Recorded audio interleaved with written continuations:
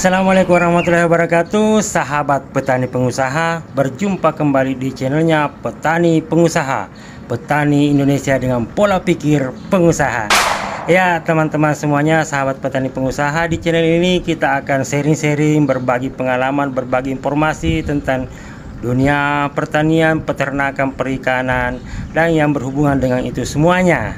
Nah, untuk kali ini berhubung para petani-petani kita ini sudah turun sawah lagi setelah turunnya hujan di ini, walaupun agak telat ya, nanti di Desember baru curah hujannya tinggi, memungkinkan untuk pengolahan sawah kembali. Maka di konten kali ini kita akan sharing-sharing terkait pengolahan tanah ya. Ini terkait untuk persiapan penanaman padi. Banyak hal yang harus diperhatikan sebenarnya di pengolahan tanah ini, dan ada hal-hal kecil yang mungkin karena kurang dipahami akhirnya terkadang dilupakan. Hal kecil ini yang dilupakan ini ya terkadang pula berefek kerugian yang besar. Nah, hal apa aja itu? Ayo kita bahas.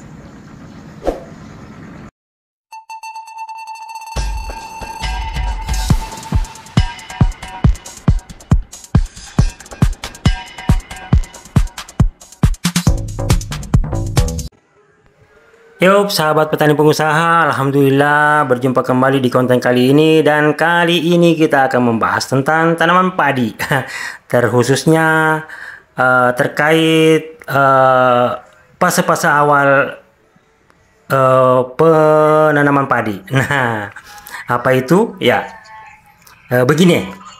Terkadang ada yang bertanya, apakah benar olah tanah berpengaruh besar pada hasil panen? Ini kan olah tanah, Ji. Mungkin begitu pertanyaannya.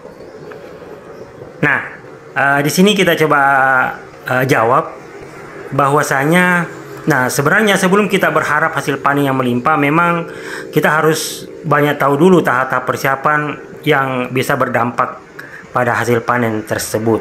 Dan salah satu yang menjadi titik poin menurut kami dari petani pengusaha adalah olah tanah ini. Nah, sebelumnya ini ya, saya disclaimer dari awal bahwasanya apa yang disampaikan di sini adalah berdasarkan pengamatan dan pengalaman, terkhususnya bagi saya yang pernah menyusuri area-area pertanian, area pertanaman di sebagian wilayah Indonesia ketika masih di perusahaan pestisida. Nah, oke, kita lanjut. Yang seringkali terlintas di kepala kita, supaya hasil panen itu melimpah, bagaimana sih tanaman kita ini tetap sehat hingga panen tiba? Ya, ini sudah benar sih. Nah, cuman bagaimana melakukannya? Nah, karena seringkali yang kita lupakan adalah bagaimana caranya mencari ilmu tentang pengolahan tanah.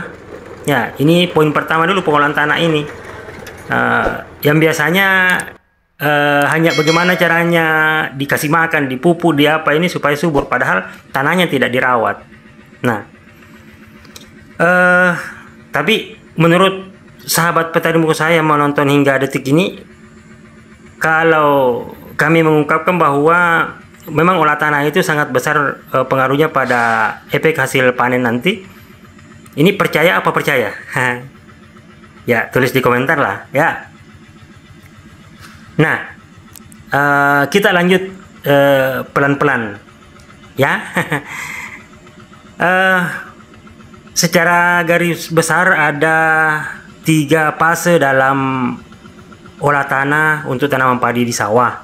Ini menurut petani pengusaha. Yang pertama itu setelah turun sawah, maka yang pertama dilakukan adalah pembersihan gulma dan perapian pematang.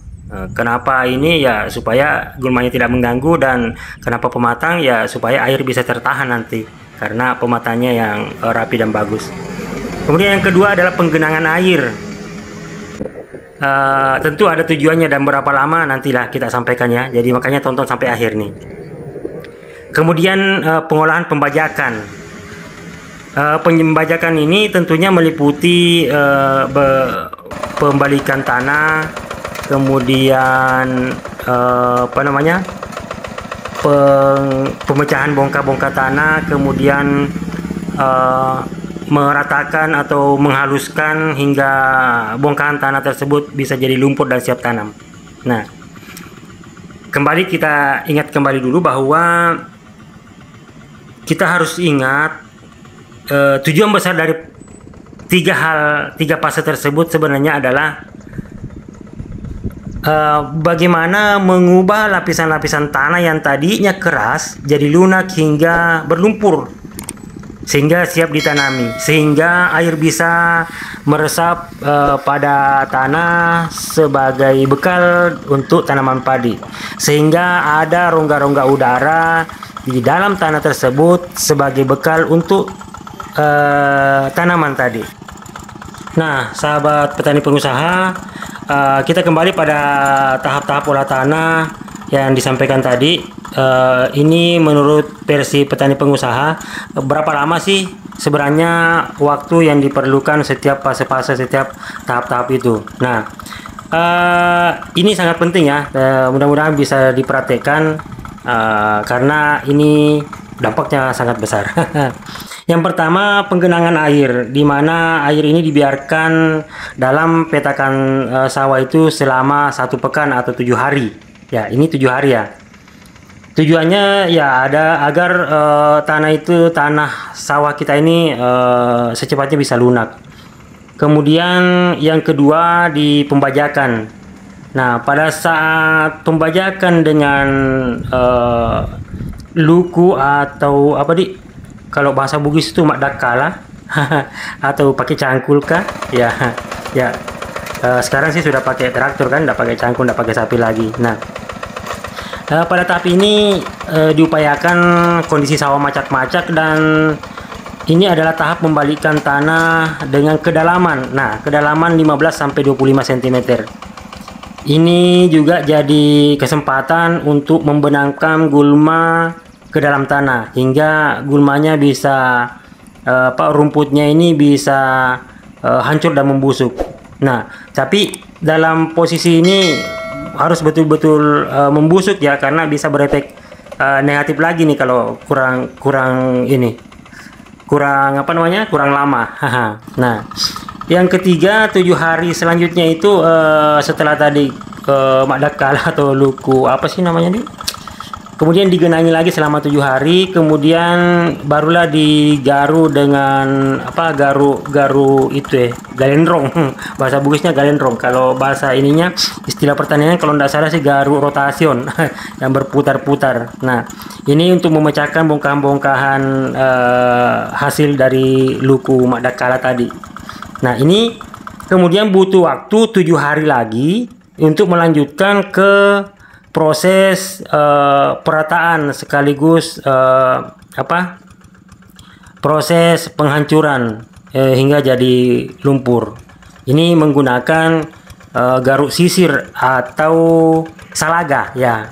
Salaga ini sampai betul-betul jadi lumpur dan siap tanam. Ya. Yang jadi catatan adalah ada jangka waktunya. Yang sering kita lupakan, terkadang hari ini di luku atau digaruk dengan galendrong, besoknya sudah disalaga atau di hari yang sama malahan. Nah, kemudian apa dampak bila ini tidak disesuaikan dengan jangka waktunya? Ya, kita lanjutkan nanti di video selanjutnya.